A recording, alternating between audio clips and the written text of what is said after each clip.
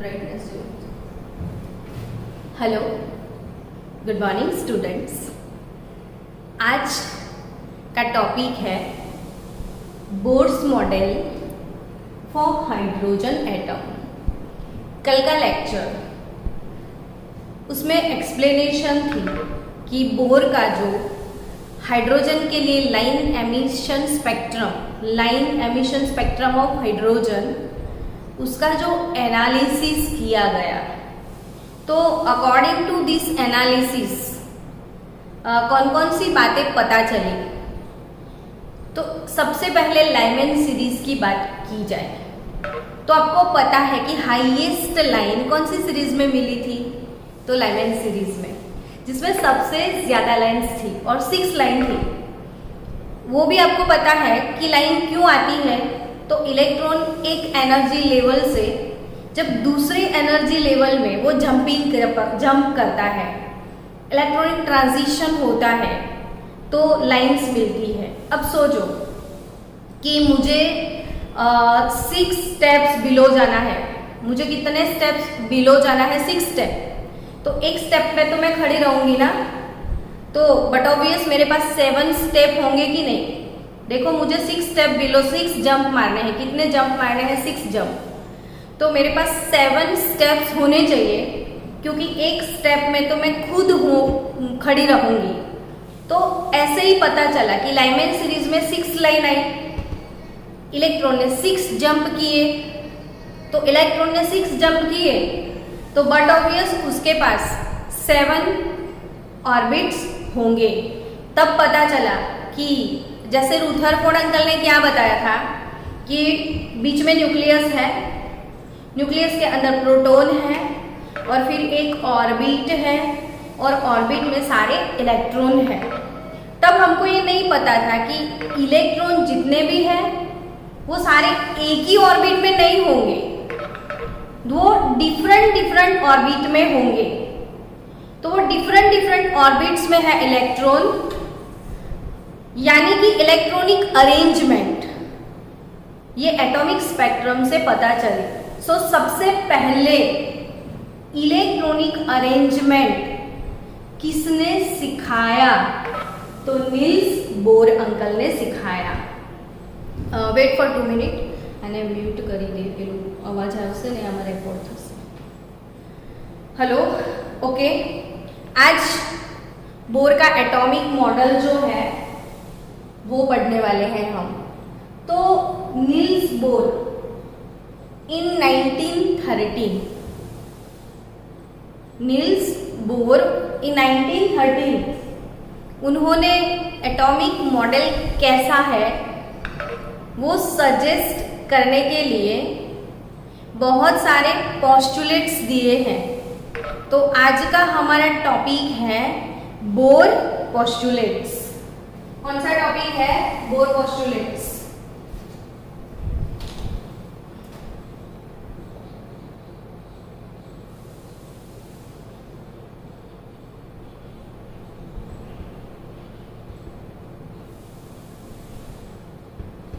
Bore postulate में सबसे पहला पोस्टुलेट, तो बोर अंकल उन्होंने सजेस्ट किया कि electron in the hydrogen atom, first postulate जो है उसको हम बोलेंगे stationery orbit.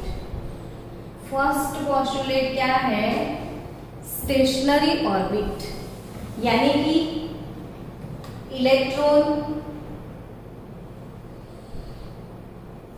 electrons are moving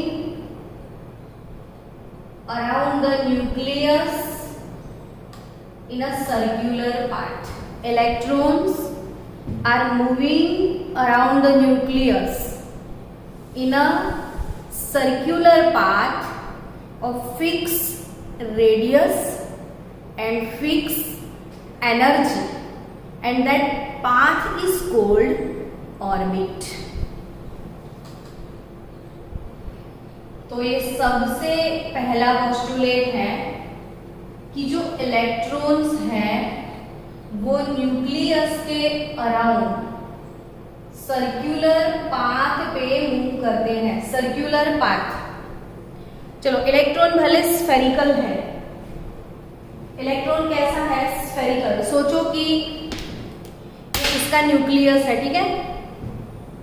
अब इलेक्ट्रॉन इसके ये भले स्फेरिकल है, लेकिन इलेक्ट्रॉन इसके अराउंड ऐसे सर्कुलर पाथ पे मूव करेगा, या कोई इलेक्ट्रॉन ऐसे मूव करता है तो भी उसका पाथ तो सर्कुलर है, या कोई इलेक्ट्रॉन ऐसे ऐसे कोई भी डायरेक्शन से वो मूव कर सकता है, कोई भी, वो स्फीयर है, स्फीयर के अराउंड ऐसे ही मूव करो, ऐसे भी मूव करो, ऐसे भी मूव करो, ऐसे भी, कोई भी डायरेक्शन से आप मूव करो, लेकिन जो पाथ होगा वो सर्क्यूलर पाथ होगा। कैसा पाथ होगा? सर्क्यूलर। तो that circular path having fix radius और fix energy is called stationary orbit. यहाँ पे बोर अंकल काफी डिटर्मिनेंट थे, उन्होंने जो भी चीज बताई वो काफी डिटर्मिनेंट थी, यानी कि रेडियस वो भी फिक्स, एनर्जी वो भी फिक्स, सारी चीजें उन्होंने परफेक्ट। अच्छा, इलेक्ट्रॉन का वेलोसिटी भी उन्होंने कैलकुलेट करके दिया, तो यानी कि कोई रेडियस, कोई ऑर्बिट का रेडियस भी फिक्स मेजर करके दे दिया, इलेक्ट्रॉन का एनर्जी भी फिक्स कैलकुलेट करके दे दिया, इलेक्ट्रॉन का वेलोसिटी भी फिक्स कैलकुलेट करके दी थी। मतलब सारी चीजें उन्होंने फिक्स कैलकुलेट कर दी, यानी कि bore was very determinant scientist, 100% सारी चीजें परफेक्ट कैलकुलेशन के साथ उन्होंने दे दी थी। यहाँ पे उनका सबसे पहला पोस्टुलेट, फिर से एक बार शांति से, आज का टॉपिक क्या है? Bore postulate. बोर पोस्टुलेट में सबसे पहली पोस्टुलेट कौन सी है? Stationery orbit. सबसे पहली पोस्टुलेट कौन सी है? Stationery orbit. अब स्टेशनरी वर्ड क्यों दिया गया? तो यहाँ पे ऑर्बिट क्या है? तो electron are moving around the nucleus in a circular path is called orbit, and that orbit, electron जो भी ऑर्बिट में मूव करता है, सपोज इलेक्ट्रॉन फर्स्ट ऑर्बिट में है, फर्स्ट ऑर्बिट फुल हो जाएगी तो इलेक्ट्रॉन सेकेंड ऑर्बिट में जाएंगे, सेकेंड ऑर्बिट फुल हो जाएगी तो नए इलेक्ट्रॉन थर्ड ऑर्बिट में जाएंगे, थर्ड फुल होने के बाद कोई फोर्थ में होगा, यानी कि कोई कोई इलेक्ट्रॉन फर्स्ट में होंगे, सेकेंड में भी हो सकते हैं, थर्ड में भी हो सकते हैं, फोर्थ में भी हो सकते हैं, लेकिन इलेक्ट्रॉन जिस ऑर्बिट में है वो ऑर्बिट में ही जो उनकी खुद की ऑर्बिट है, इलेक्ट्रॉन का खुद का घर, वो शायद वो पहला भी हो सकता है या सेवंथ भी हो सकता है, और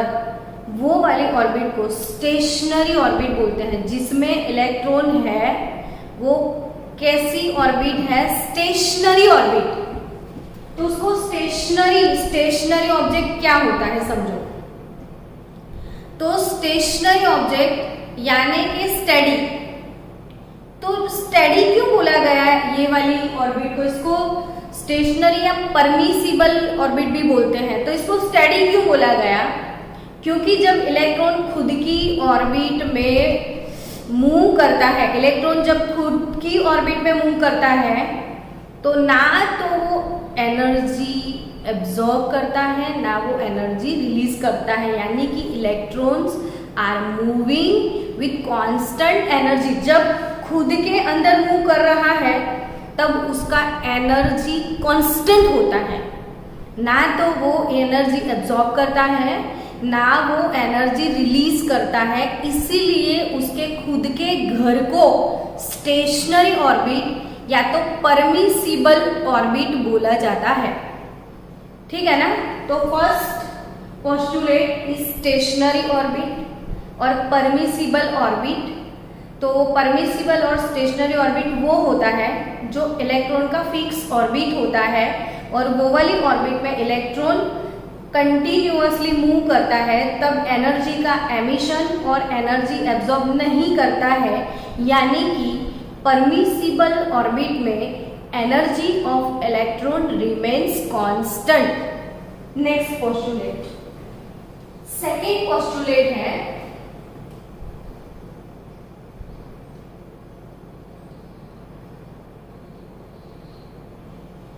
इलेक्ट्रॉनिक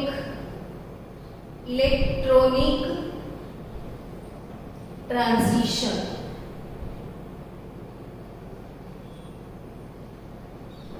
यानी कि क्वांटम जंप। सेकेंड पोस्टुलेट देखो, first postulate stationery orbit, second postulate है इलेक्ट्रॉनिक ट्रांजिशन यानी कि क्वांटम जंप। अब क्वांटम जंप क्या? तो इलेक्ट्रॉन जैसे अपनी स्टेशनरी ऑर्बिट में मूव करता है तब उसका इलेक्ट्रॉनिक एनर्जी फिक्स होता है, ठीक है। अब ये इलेक्ट्रॉन है बट बाहर से कोई रेडिएशन आया, तो ये वाला रेडिएशन जो है अपने पास फोटोन लेके आता है। ये रेडिएशन के अंदर फोटोन्स होंगे, रेडिएशन के पार्टिकल्स होंगे। रेडिएशन के पार्टिकल्स को हम फोटोन बोलते हैं ना, तो वो फोटोन के पास एनर्जी होता है। वो फोटोन के पास क्या होता है बच्चों? एनर्जी। अब ये इलेक्ट्रॉन अपनी मस्ती में अपनी स्टेशनरी ऑर्बिट में ऐसे मूव कर रहा है, बट अचानक से बाहर से कोई रेडिएशन आया। वो रेडिएशन के फोटोन के पास एनर्जी है, तो इलेक्ट्रॉन वो फोटोन का एनर्जी एब्जॉर्ब कर लेगा।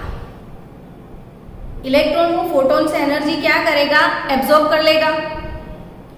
तो सोचो कि अब यहाँ पे इलेक्ट्रॉन मूव कर रहा है, तो ये इसका स्टेशनरी ऑर्बिट है और स्टेशनरी ऑर्बिट को इलेक्ट्रॉन का ग्राउंड स्टेट बोला जाता है।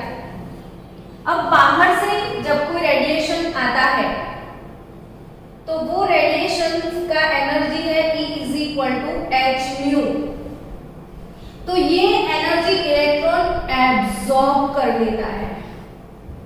इलेक्ट्रॉन जब ये वाला एनर्जी एब्जॉर्ब करेगा तो उसकी परमिशिएबल जो ऑर्बिट थी उससे ज्यादा एनर्जी आ गई, तो वो दूसरे ऑर्बिट में चला जाएगा। तो ये जो दूसरा ऑर्बिट है वो कौन सा?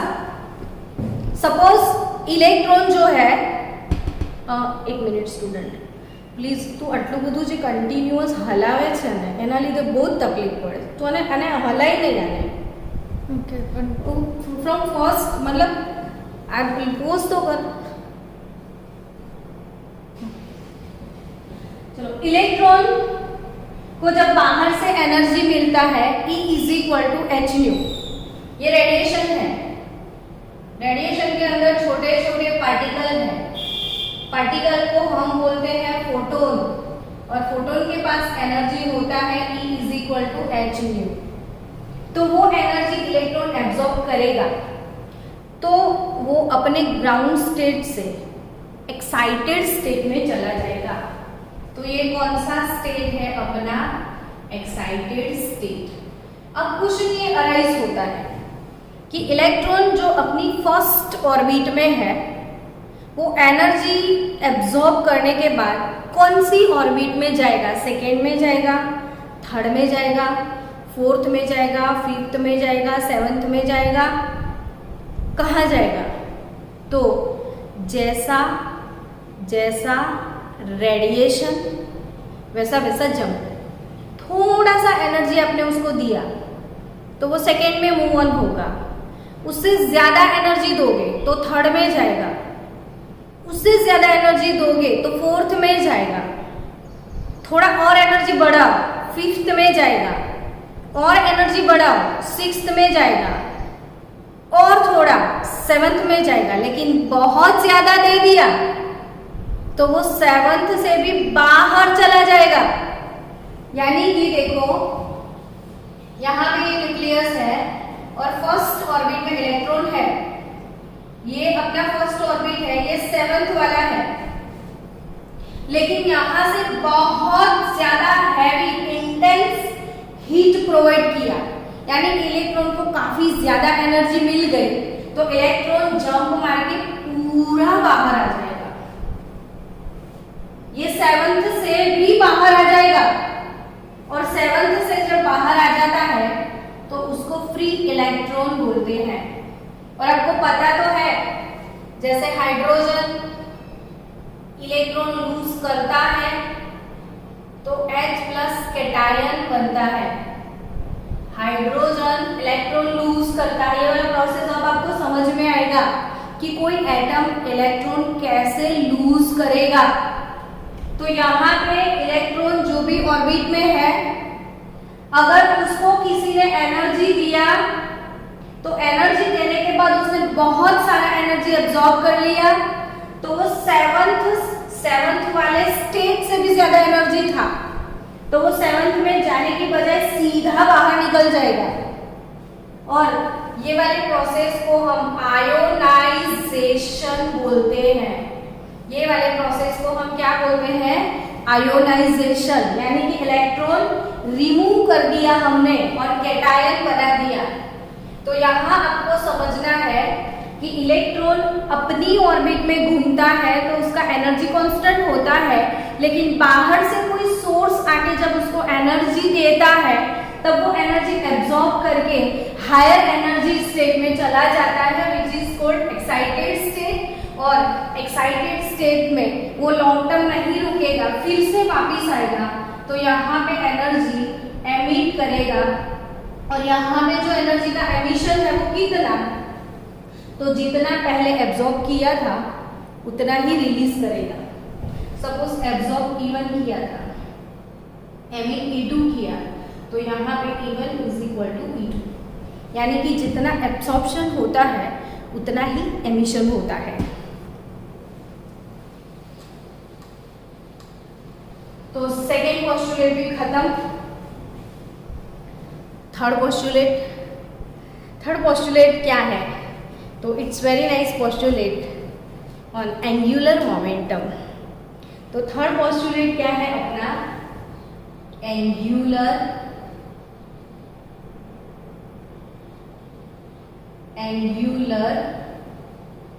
मोमेंटम।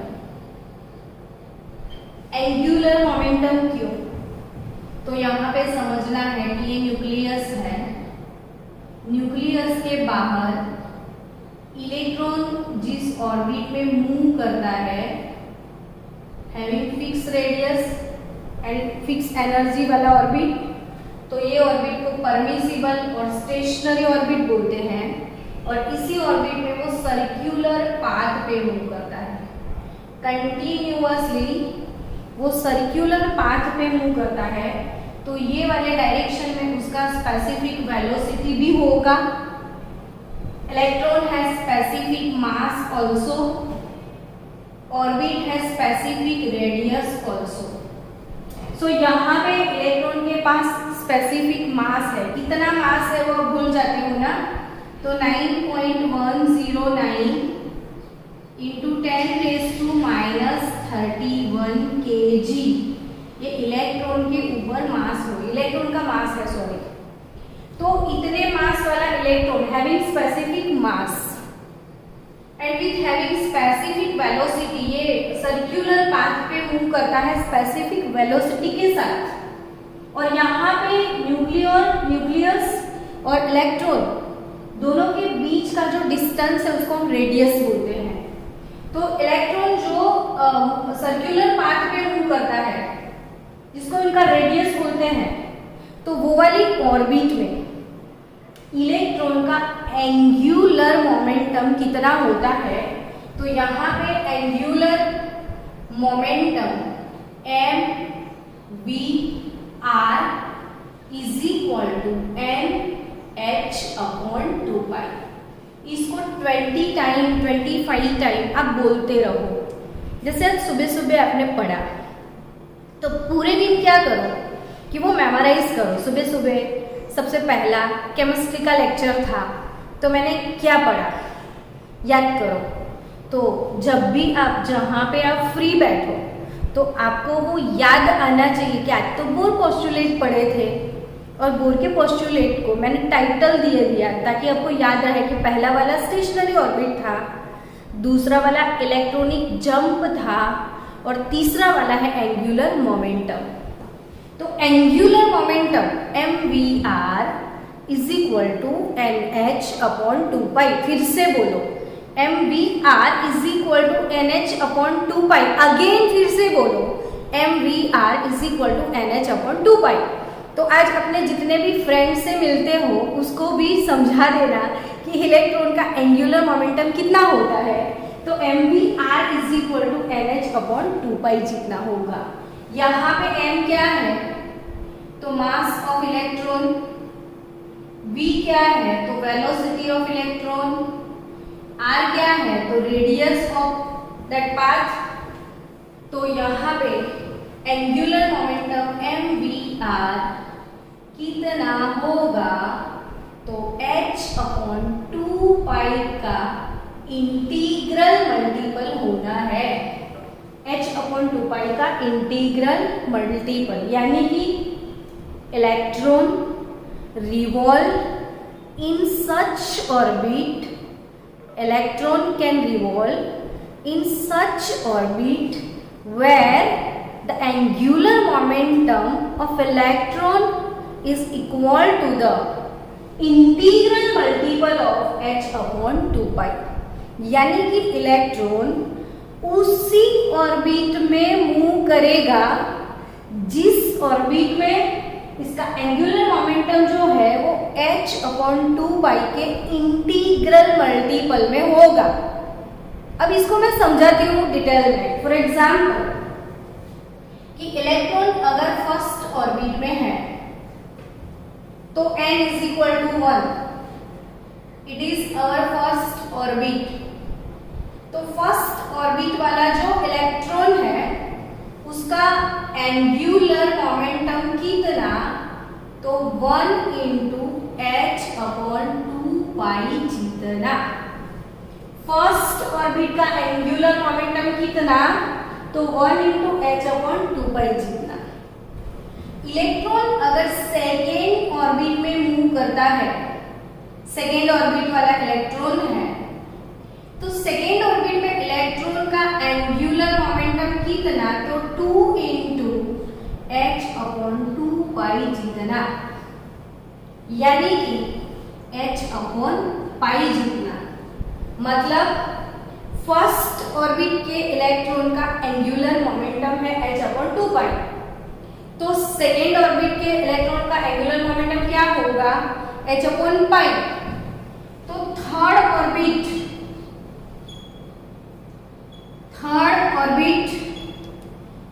का एंगुलर मोमेंटम कितना, तो 3 इंटू h अपॉन 2 जितना, यानी कि 3h अपॉन 2, 3/2 यानी 1.5h ओवर पाई जितना होगा। फोर्थ ऑर्बिट पे इलेक्ट्रॉन अगर मूव करता है तो what is the angular momentum in fourth orbit, तो 4 इंटू h अपॉन 2 जितना, यानी कि 2h/पाई जितना। तो यहाँ से आपको समझना है, देखो 1 2 3 4, तो h upon 2 into 1, h upon 2 into 2, h upon 2 into 3, h upon 2 into 4। समझ में आया? ये 1 2 3 4 इंटीग्रल मल्टीपल है, यानी कि electron can revolve in such orbit in which angular momentum of electron is in multiple, integral multiple with h upon 2 अगर आपको question ऐसा आए एग्जाम में कि कोई इलेक्ट्रॉन है जिसका एंगुलर मोमेंटम है 7.5h अपॉन पाई, तो वो इलेक्ट्रॉन कौन सी ऑर्बिट में होगा? इलेक्ट्रॉन का यहाँ पे एंगुलर मोमेंटम कितना है, 7.5h अपॉन पाई, तो वो कौन से ऑर्बिट में होगा? तो यहाँ पे 7.5, तो आप तो ये सोचोगे कि इंटीग्रल मल्टीपल बोला है, ये तो फ्रैक्शन है, तो बट ऑब्वियस कोई भी ऑर्बिट का नहीं होगा। लेकिन h अपॉन 2 बोला है, h अपॉन पाई नहीं बोला है। तो 7.5 यानी कि 15/2 होता है ना, 7.5 का मतलब 15/2 होता है ना, तो 7.2 यानी 15/2, तो यहाँ पे 2 पाई कंसिडर कर लो आप कि h/2 इंटू 15 हो गया, तो इसका मतलब ये हुआ कि 15 इंटू h/2 है ये चीज, यानी कि ये वाला जो वैल्यू है, ये वैल्यू एंगुलर मोमेंटम का कौन सी ऑर्बिट का होगा, तो वो 15th ऑर्बिट का एंगुलर मोमेंटम है। कौन सी ऑर्बिट का एंगुलर मोमेंटम है बच्चों? 15th ऑर्बिट का। तो इलेक्ट्रॉन, अच्छा ऐसा बोल दे आपको कि 1.5 h/2, तो अब यहाँ पे h/2, तो 1.5 ऑर्बिट थोड़ी होता है, ऑर्बिट तो फर्स्ट होता है, सेकंड होता है, थर्ड होता है, 1.5 वाला ऑर्बिट तो नहीं होता है ना। हेलो स्टूडेंट्स, देखो यहाँ पे 1.5 h/2 था, यानी कि h/2 1.5 के इंटीग्रल मल्टीपल में है। सो आप समझ सकते हो कि 1.5 यानी एक फिर आधा ऑर्बिट कैसे होगा, तो यहाँ पे 1.5 h/2 किसी का एंगुलर मोमेंटम नहीं हो सकता है, बट हाँ 1.5 h/π आपको बोल दिया है, तो इसका मतलब क्या होगा? 1.5 h/π का मतलब क्या होगा? तो 3h/2 होगा। ये 1.5 यानी 3/2, तो यहाँ पे 3/2 इंटू h, तो 3/2 इंटू h होता है, सॉरी h/2 इंटू 3, तो ये जो 1.5 h/2 है वो थर्ड ऑर्बिट का एंगुलर मोमेंटम होगा। ये 1.5 h/2 पॉसिबल नहीं है, लेकिन 1.5 h/π होता, तो ये h/2 ये 3 के मल्टीपल में होता, यानी कि वो थर्ड ऑर्बिट का एंगुलर मोमेंटम है। सो मुझे ये लगता है कि आपको थर्ड ऑर्बिट मतलब थर्ड पोस्टुलेट समझ में आ गई। तो थर्ड पोस्टुलेट क्या है अपनी? Angular momentum. फर्स्ट क्या था? अब फिर से मेमोराइज करो। फर्स्ट वाला स्टेशनरी ऑर्बिट, इलेक्ट्रॉन जो ऑर्बिट में मूव करता है वहाँ पे वो कंटिन्यूअसली मूव करता है, energy remains constant and this orbital is called permissible orbital और अ स्टेशनरी ऑर्बिटल। सेकेंड थिंग, वो परमिसिबल ऑर्बिट में जब मूव करता है तब इसको एनर्जी कोई बाहर के रेडिएशन से मिलता है, तो वो एनर्जी एब्जॉर्ब करके वो दूसरे परमिसिबल ऑर्बिट में जा सकता है, यानी कि इलेक्ट्रॉन कैन एब्जॉर्ब एनर्जी और इलेक्ट्रॉन कैन रिलीज एनर्जी, और वो एनर्जी एब्जॉर्ब करके या तो रिलीज करके एक ऑर्बिट से दूसरी ऑर्बिट में मूव कर सकता है। और तीसरा जो कि है एंगुलर मोमेंटम, तो इलेक्ट्रॉन का एंगुलर मोमेंटम कितना होता है? तो electron can revolve in such orbit where the angular momentum of electron is in integral multiple of h/2, यानी कि mvr is equal to nh/2। अब एंगुलर मोमेंटम के बाद one of the very most postulate, ये आपको 5 time 10 time भी लिखना पड़े ना तो आप लिखना, 10 टाइम लिख के मुझे होमवर्क सेंड करना, ताकि मुझे भी खुशी हो आपको भी खुशी हो। अब नेक्स्ट है अपना fourth postulate which is about energy of electron. Energy of electron, तो इलेक्ट्रॉन एनर्जी उसका फॉर्मूला जो है उसका डेरिवेशन, यहाँ पे रेडियस का डेरिवेशन, एनर्जी का डेरिवेशन, वेलोसिटी का डेरिवेशन, वो जो डेरिवेशन की थियरीज है, फॉर्मूला डेरिवेशन की थियरीज, वो केमिस्ट्री में नहीं आती है, सो इसमें हम पीएचडी नहीं करेंगे अभी, क्योंकि ये सारे फॉर्मूले डेरिवेशन आपको 12th स्टैंडर्ड में फिजिक्स के अंदर 4th सेमेस्टर में, यानी कि 4th सेकेंड पार्ट में ये चैप्टर फिर से पूरा पूरा आएगा, स्ट्रक्चर ऑफ एटम, और वहां पे सारे फॉर्मूले डेरिवेशन है। सो यहाँ पे केमिस्ट्री पॉइंट ऑफ व्यू हमको सीधा डायरेक्ट फॉर्मूला याद रखना है कि एनर्जी ऑफ इलेक्ट्रॉन कितना होता है, तो En is equal to -2 pi square z square m e⁴ upon n square h square. Repeat करो मेरे साथ, -2 pi square z square m e⁴ upon n square h square. फिर से -2 pi square z square m e⁴ upon n square h square. ये आप continuously repeat करो ना, तब आपको याद हो जाएगा, मेमोराइज हो जाएगा। सो इसको बार बार बोलते जाओ, बार बार लिखते जाओ, और जब भी आप लिखो उसको रिपीटेडली तो मुंह से जोर से बोलो भी, ताकि आपको याद हो जाए।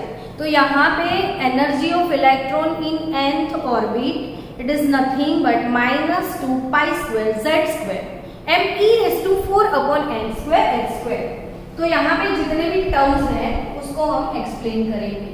अभी एनर्जी की फॉर्मूला में -q लगाया गया है, तो अपना सबसे पहला टारगेट कि ये माइनस साइन क्यों है। एनर्जी किसी का माइनस होता है क्या? आपके अंदर -20 जूल एनर्जी है, वैसा कैसे बोल सकते हो आप? तो यहाँ पे एनर्जी के फॉर्मूले में -q है, वो समझते हैं। ये बोर का हाइड्रोजन का मॉडल, इसमें है न्यूक्लियस, इसके बाद ये है फर्स्ट ऑर्बिट, ये है सेकेंड ऑर्बिट, ये है थर्ड ऑर्बिट, ये है फोर्थ ऑर्बिट।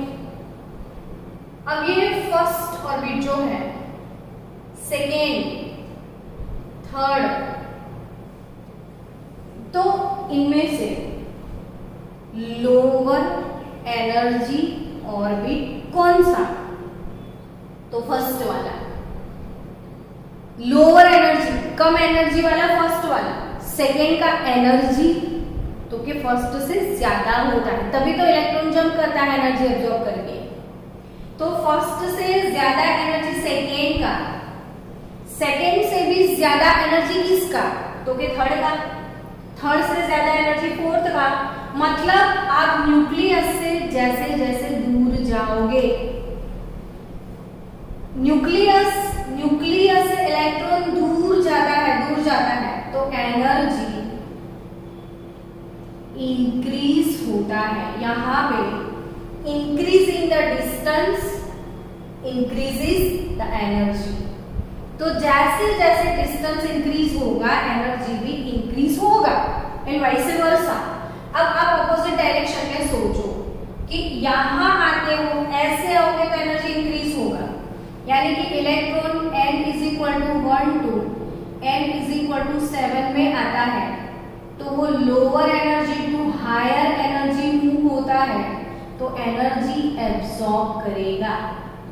लेकिन वो 7 से जब 1 में जाता है तो वो हाई टू लो मूव होता है। सो जब हायर एनर्जी से हम लोअर में जाते हैं तो एनर्जी को रिलीज करते हैं। एनर्जी को क्या करते हैं बच्चों? रिलीज, एमिशन होता है। यहाँ पे एब्सॉर्प्शन होगा, यहाँ पे एमिशन होगा। अब यहाँ पे एब्सॉर्प्शन, यहाँ पे एमिशन, यानी कि हम ऐसे मूव ऑन करते हैं, न्यूक्लियस की तरफ जाते हैं, तो एनर्जी डिक्रीज होता है। ऐसे जाओगे तो एनर्जी डिक्रीज होगा कि नहीं? अब इलेक्ट्रॉन सपोज यहाँ पे है, बाहर है, वो ऑर्बिट से बाहर आ गया क्योंकि इसको किसी ने बहुत एनर्जी दिया था, वो पूरा इलेक्ट्रॉन ऑर्बिट से बाहर आ गया, तो बाहर आने वाले इलेक्ट्रॉन को फ्री इलेक्ट्रॉन बोलते हैं हम। ये फ्री हो गया। अब अगर ये फ्री हो गया, ये वाला इलेक्ट्रॉन अगर फ्री हो गया, तो जब इलेक्ट्रॉन फ्री हो जाता है जब इलेक्ट्रॉन फ्री हो जाता है तो उसका एनर्जी जीरो हो जाता है, और जैसे जैसे जैसे आप न्यूक्लियस की तरफ जाओगे तो एनर्जी डिक्रीज होता है। तो जीरो से डिक्रीज कोई चीज होगा, जीरो से डिक्रीज तो वो माइनस ही होगा ना। तो यहाँ पे ऐसे आओगे तो वो जीरो से डिक्रीज होता है, इसलिए एनर्जी का टर्म जो है वो नेगेटिव है, यानी कि बाहर फ्री इलेक्ट्रॉन का जीरो है, जैसे अंदर की तरफ जाओगे तो एनर्जी डिक्रीज होगा, न्यूक्लियस की तरफ जाओगे तो एनर्जी डिक्रीज होगा, इसलिए इसका साइन नेगेटिव है। चलो अब दूसरी चीज, यहाँ पे जितने भी वैल्यूज है वो डाल देते हैं। पाई क्या होता है तो सबको पता है 3.14 होगा। यहाँ पे जो Z है वो है किसी भी एटम का एटॉमिक नंबर। M क्या है तो mass of electron which is 9.109 into 10⁻⁻31 kg। ये फिक्स होता है, ये चेंज नहीं होने वाली क्वांटिटी है। ये क्वांटिटी भी कभी चेंज नहीं होगा, इट इज कांस्टेंट। ये क्वांटिटी भी चेंज नहीं होने वाली है, it is constant again. Then E is nothing but charge on electron। Again 1.6022 into 10⁻⁻16 coulomb. ये भी चेंज नहीं होने वाला है, तो -19 कूलम सॉरी, तो ये भी चेंज नहीं होगा। ये भी फिक्स, ये भी फिक्स, ये भी फिक्स। वेरिएशन किसमें खाली Z में आएगा।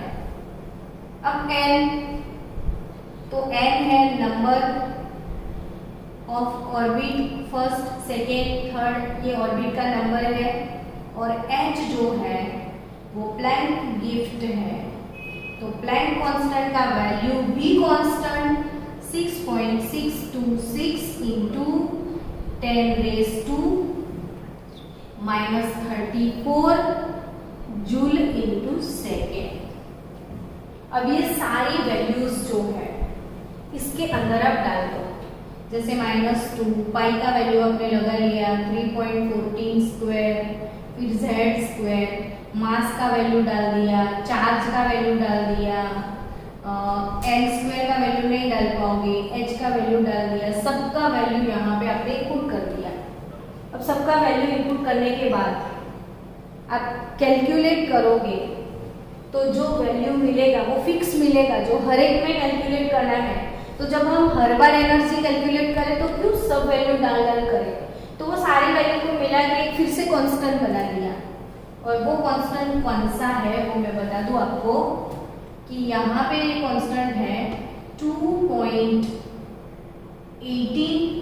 into 10⁻18। 2.18 into 10⁻⁻18 into Z square upon N square।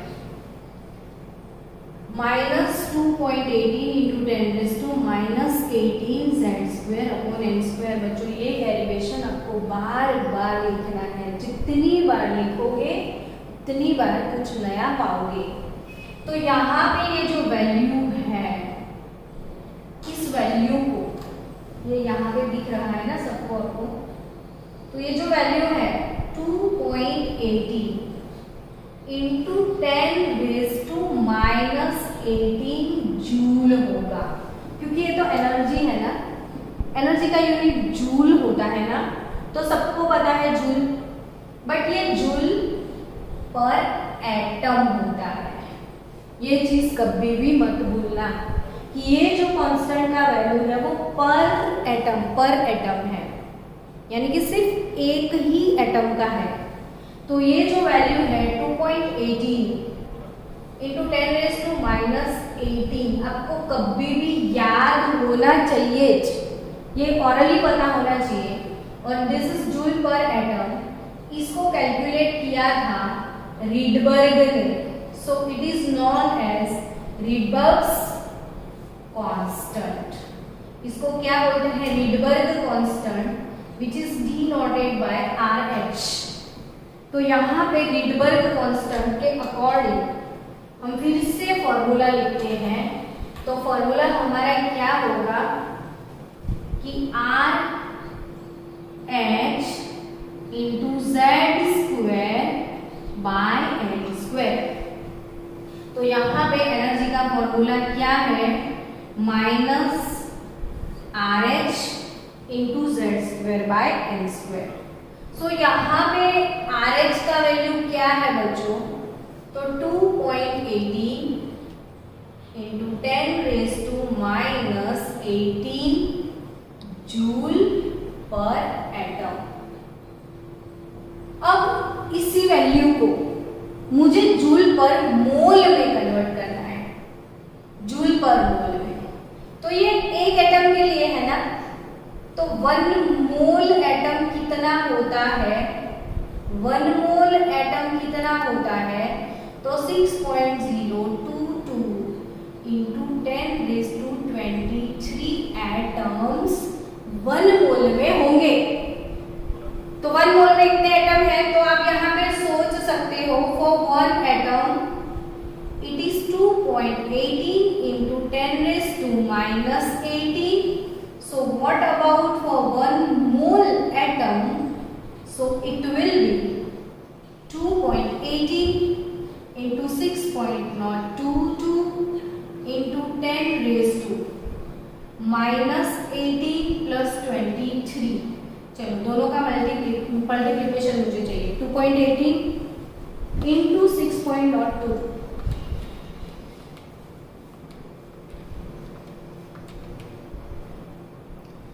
तो 13.12 आएगा इंटू 10⁵ जूल पर मोल हो गया। अब ये समझो, ये पहले जूल पर एटम था, अब ये हो गया जूल पर मोल। कितना वैल्यू हुआ जूल पर मोल बच्चों, 13 थोड़ा मूव करें, यहाँ पे देखो 13.12 10⁵ जूल पर मोल हो गया। अब ये जूल पर मोल फिर से समझो कि 1 एटम में 1 एटम, फॉर 1 एटम इतना जूल, तो what about for 1 mole atom, तो it is 13.12 into 10⁵ joule per mole. अब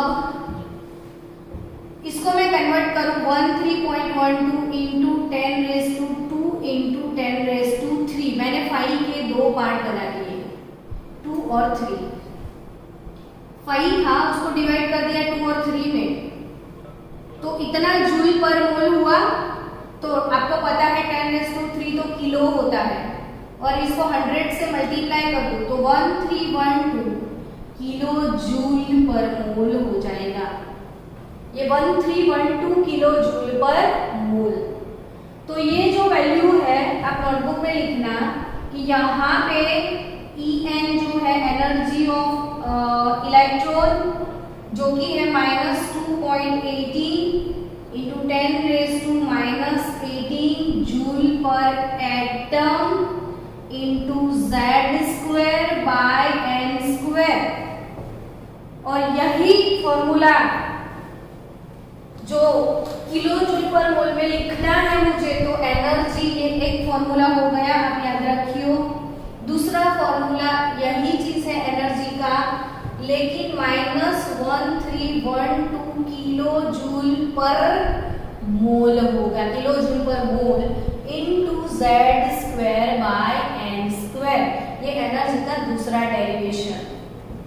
ये पहला इक्वेशन नंबर 1, ये इक्वेशन नंबर 2।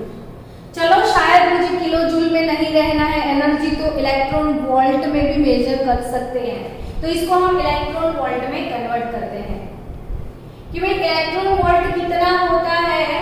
तो इलेक्ट्रॉन वोल्ट का वैल्यू है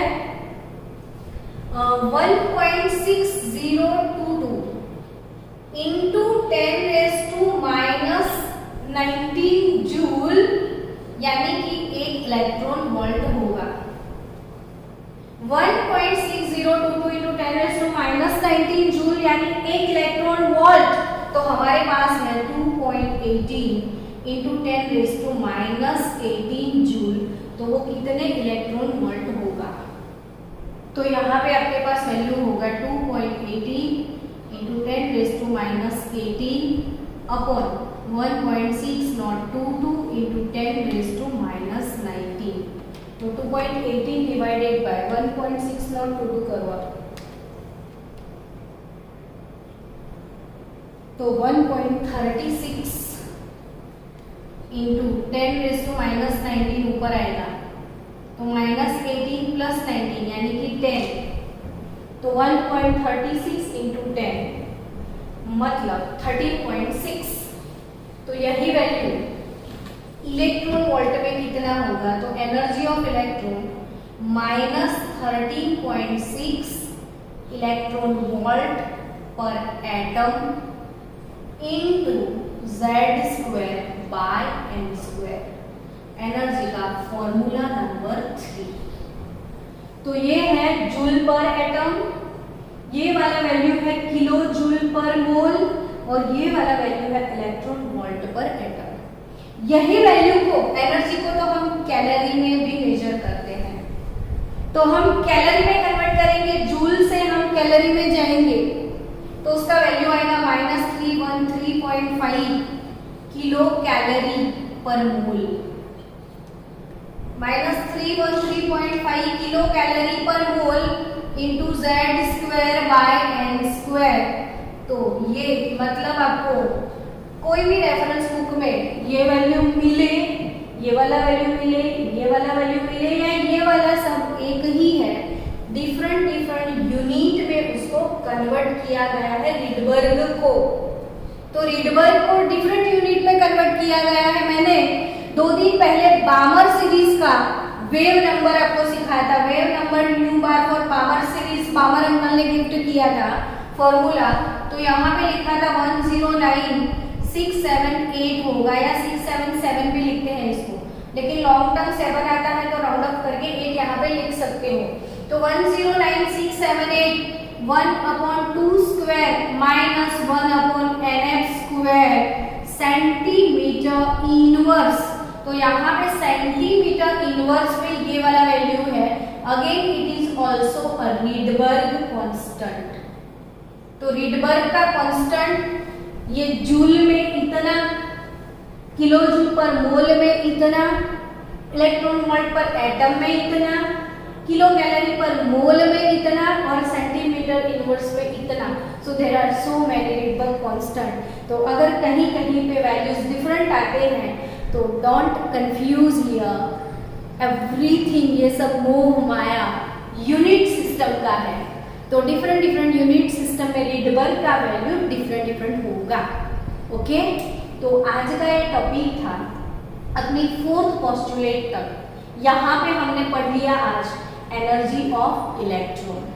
ये वाला वीडियो फ्रीक्वेंटली रिवाइज करना, फ्रीक्वेंटली उसको बार नोटबुक में लिखते रहो ताकि अच्छे से प्रैक्टिस हो जाए, और कल इसी फॉर्मूले के अकॉर्डिंग और बहुत सारे फॉर्मूले हमको करने हैं, और उसके बाद बहुत सारे प्रॉब्लम सॉल्विंग सेशन होंगे।